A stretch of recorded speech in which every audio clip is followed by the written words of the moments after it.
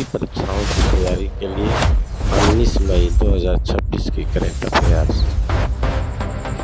नमस्कार दोस्तों, 19 मई 2026 के इस बेहद खास और डिटेल्ड एनालिसिस में आपका स्वागत है।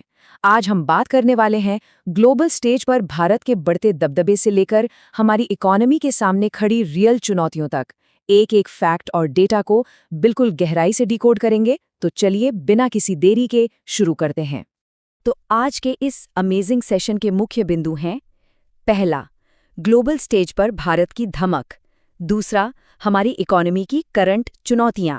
फिर हम देखेंगे डिफेंस और मॉडर्न टेक को, उसके बाद स्पोर्ट्स वर्ल्ड के ताज़ा अपडेट्स और आखिर में जानेंगे आज का इतिहास।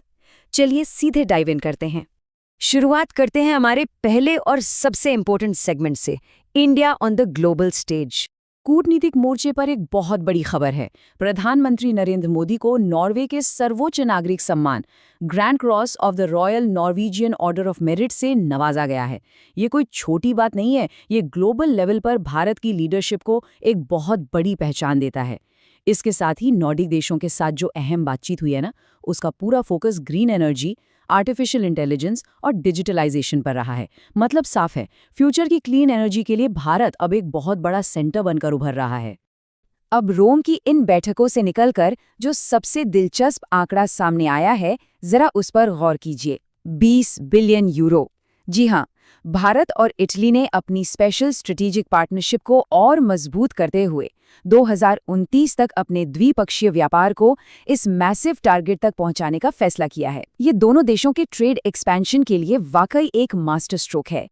और बात सिर्फ यूरोप तक ही सीमित नहीं है। नई दिल्ली में ब्लूमबर्ग मीडिया के प्रेस्टीजियस न्यू इकोनॉमी फोरम 2026 की अनाउंसमेंट हो गई है, जहां दुनिया भर के टॉप बिजनेस और टेक लीडर्स का जमावड़ा लगने वाला है।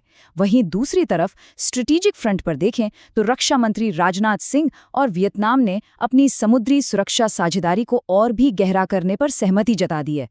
इंटरनेशनल ट्रेड से लेकर समंदर की सुरक्षा तक भारत का दायरा अब बहुत तेजी से बढ़ रहा है।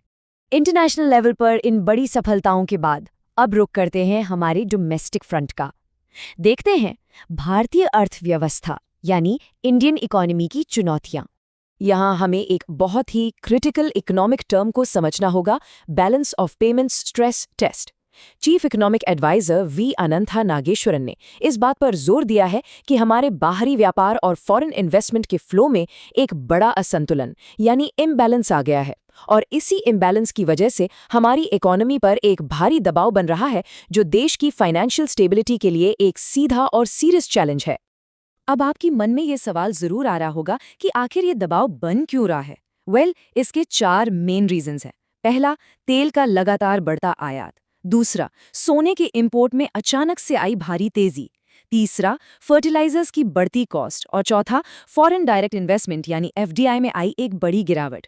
अगर हम ग्लोबल लेवल पर देखें, खासकर अमेरिका और ईरान के बीच जो टेंशन चल रही है ना, उसने फ्यूल के दाम काफी बढ़ा दिए हैं, जिससे इन्फ्लेशन यानी महंगाई बढ़ने का डर और भी गहरा हो गया है। और पता है, इस इकोनॉमिक प्रेशर का सीधा असर हमारे शेयर बाजार के ग्राफ्स पर भी दिख रहा है। सिचुएशन काफी कंट्रास्टिंग है। जहां एक तरफ आईटी सेक्टर जबरदस्त तेजी दिखा रहा है, वहीं ठीक उसी वक्त बैंकिंग सेक्टर में भारी गिरावट देखने को मिल रही है। इस अनसर्टेनिटी के बीच इन्वेस्टर्स का झुकाव अब छोटे और मिड कैप शेयरों की तरफ काफी बढ़ गया है, जिससे उन इंडेक्स में एक अच्छी खासी बढ़त रिकॉर्ड की गई है। इतनी सारी इकोनॉमिक उथल-पुथल के बीच आज का हमारा इंग्लिश वोकैबुलरी वर्ड इस सिचुएशन पर बिल्कुल परफेक्ट बैठता है। वर्ड है रिजिलियंट। रिजिलियंट इसका मतलब होता है मुश्किल हालात में भी मजबूत बने रहना या झटके से जल्दी उभर जाना। इसे हम कुछ ऐसे यूज कर सकते हैं: India's economy remained resilient during global challenges. यह शब्द सिर्फ इकोनॉमी ही नहीं, बल्कि हमारी मौजूदा टेक्नोलॉजिकल प्रोग्रेस को भी बहुत शानदार तरीके से डिफाइन करता है। तो इसी रेजिलियंस और हाई एनर्जी के साथ आइए फटाफट बढ़ते हैं हमारे अगले सेगमेंट की तरफ, डिफेंस एंड मॉडर्न टेक। आज पूरी दुनिया का फोकस नई मिसाइल टेक्नोलॉजी और एडवांस्ड एरोस्पेस सिक्योरिटी पर टिका है। भारत के साथ साथ ग्लोबल लेवल पर भी डिफेंस टेस्टिंग का काम बहुत तेजी से चल रहा है। इसके अलावा, जैसा कि हमने रोम की उस डिप्लोमैटिक मीटिंग में भी देखा था, एआई यानी आर्टिफिशियल इंटेलिजेंस और डिजिटल टेक्नोलॉजी अब सिर्फ फ्यूचरिस्टिक बातें नहीं रह गई हैं। ये अब ग्लोबल सिक्योरिटी फ्रेमवर्क्स और देशों के बीच होने वाले बड़े एग्रीमेंट्स का मेन बेस बन चुकी हैं। इन सीरियस टेक और स्ट्रैटेजिक बातों से थोड़ा ब्रेक लेते हैं और सीधा चलते हैं स्पोर्ट्स फील्ड की हाई वोल्टेज एनर्जी की तरफ। देखते हैं स्पोर्ट्स वर्ल्ड के ताज़ा अपडेट्स। स्पोर्ट्स फैंस के लिए यहाँ 2 जबरदस्त अपडेट्स हैं। सबसे पहले तो क्रिकेट का महाकुंभ यानी IPL 2026 अपने पूरे फुल स्विंग में चल रहा है। ये इसका 19वां सीजन है और इसमें पूरे 74 मैच खेले जा रहे हैं। वहीं दूसरी तरफ फुटबॉल के मैदान से भी एक बहुत प्राउड मोमेंट है। Bharat Saif under 17 women's football championship का डिफेंडिंग चैंपियन बना हुआ है। ये हमारे एथलीट्स के लगातार शानदार परफॉर्मेंस का एक बहुत बड़ा और पक्का सबूत है। आज की इन शानदार अचीवमेंट्स को सेलिब्रेट करने के बाद अब थोड़ा ठहरते हैं और मुड़कर देखते हैं अतीत के पन्नों को। चलिए जानते हैं आज का इतिहास।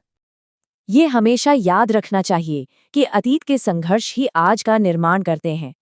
1910 में आज ही के दिन यानी 19 मई को महान स्वतंत्रता सेनानी और समाज सेवी रानी गाइडिन्योलू का जन्म हुआ था।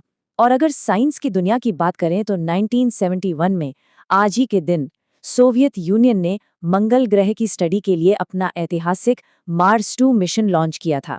जरा सोचिए, एक तरफ आज़ादी के लिए ज़मीनी संघर्ष और दूसरी तरफ स्पेस की गहराइयों को नापने की वो असीम लालसा। कितनी कमाल की बात है ना? तो आज के इस एक्सप्लेनर में हमने भारत के बढ़ते इंटरनेशनल इन्फ्लुएंस से लेकर इकोनॉमी के डीप स्ट्रेस टेस्ट, नई टेक्नोलॉजिकल छलांगों और इतिहास के अहम पन्नों तक सब कुछ कवर किया। ये सारी बातें हमें सिर्फ एक ही चीज़ की तरफ इशारा करती हैं। सफलता उन्हीं को मिलती है जो परिस्थितियों से हार नहीं मानते। चाहे वो कोई देश हो जो ग्लोबल चैलेंजेस के बीच बैलेंस ऑफ पेमेंट से जूझ रहा हो, या फिर मैदान पर अपना खून पसीना एक कर रहा कोई एथलीट। सवाल ये है कि क्या हम भी अपनी डेली लाइफ के चैलेंजेस के सामने इसी तरह रिजिलियंट रह सकते हैं? इस पर जरूर सोचिएगा। अगर आपको ये डीप डाइव एनालिसिस पसंद आया हो तो वीडियो को लाइक करें, शेयर करें और हमारे चैनल को सब्सक्राइब जरूर करें, ताकि नॉलेज का ये सफर ऐसे ही